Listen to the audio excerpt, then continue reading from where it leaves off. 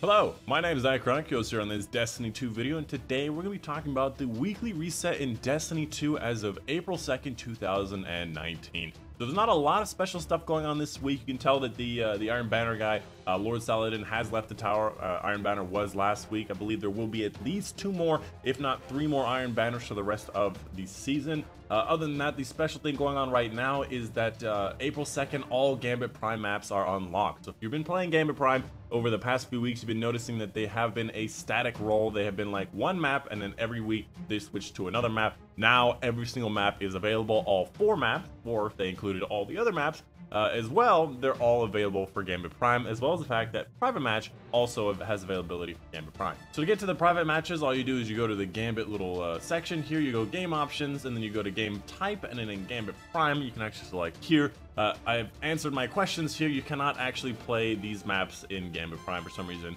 They do show up and you just say, hey, they're not available, but you can play all the other ones in case you were interested and you wanted to.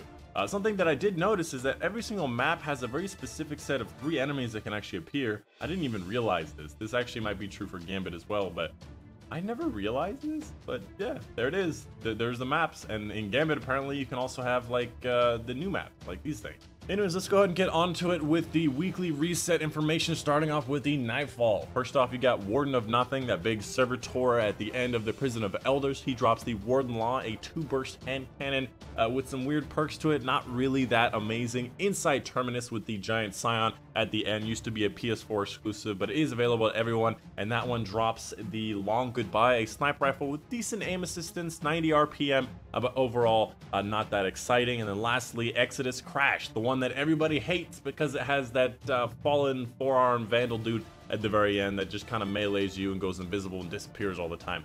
And this one drops the Sparrow, I believe, the something Crash. It's a blue Sparrow.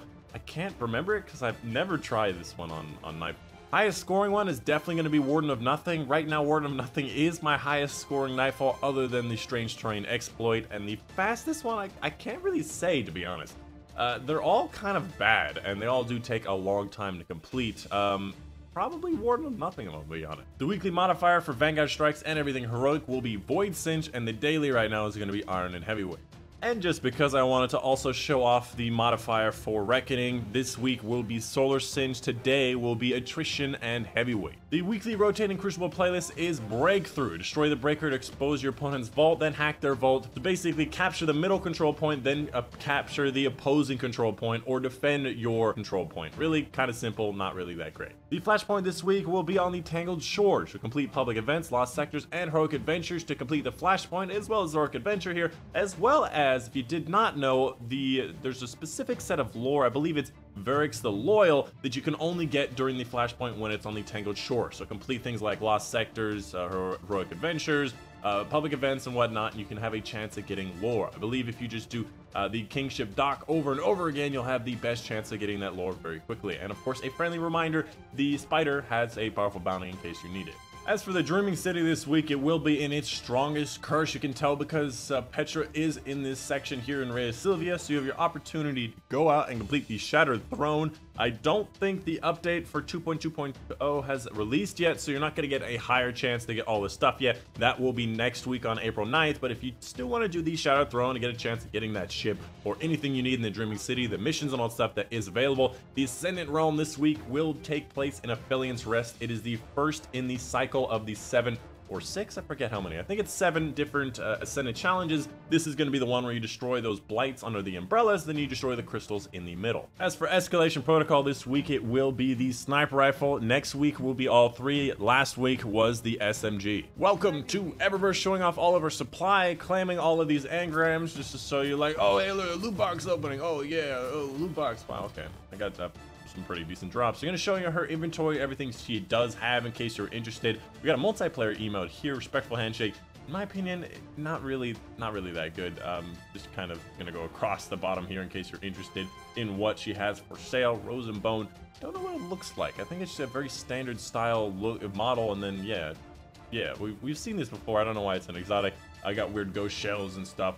This is going to be specific to my class because I am a warlock, but the role should be the same no matter what class you are. It's going to be the sniper, rifle, scavenger, momentum transfer. Pretty good. If you don't have any of these, you might want to pick up a few. Ornament for the malfeasance to make it look at all jade-like. I do want to show this one off because it is very, very nice. I really do like the way this one looks. You've got the ornament for the lonesome, the sidearm, in case you were interested.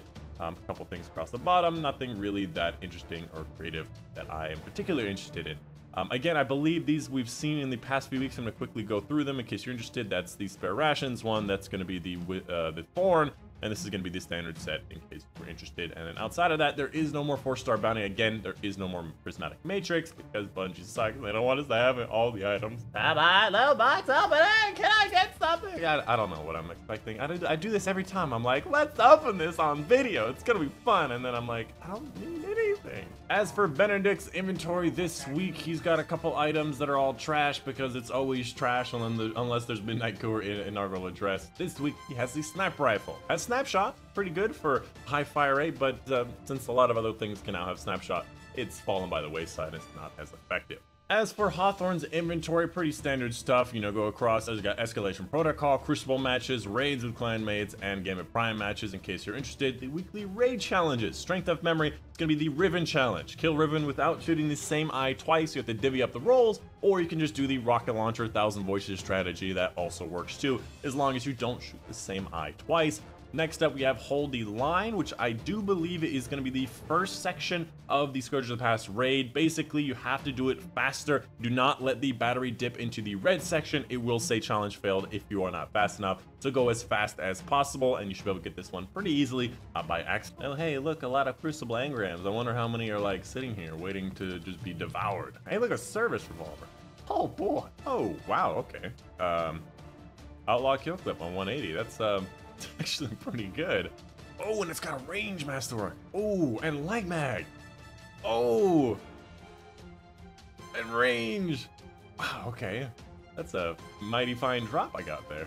As for Ada's inventory, daily is going to show across the top in case you're interested in what they are, as well as the weapon frames. First up, we got powerful machine gun frame, which is a Volander Forge. Next up, the sword frame, which I thought was Izanagi, but I'm pretty sure is Volander Forge as well, and the pulse rifle, which is going to be an Izanami Forge, in case you're interested.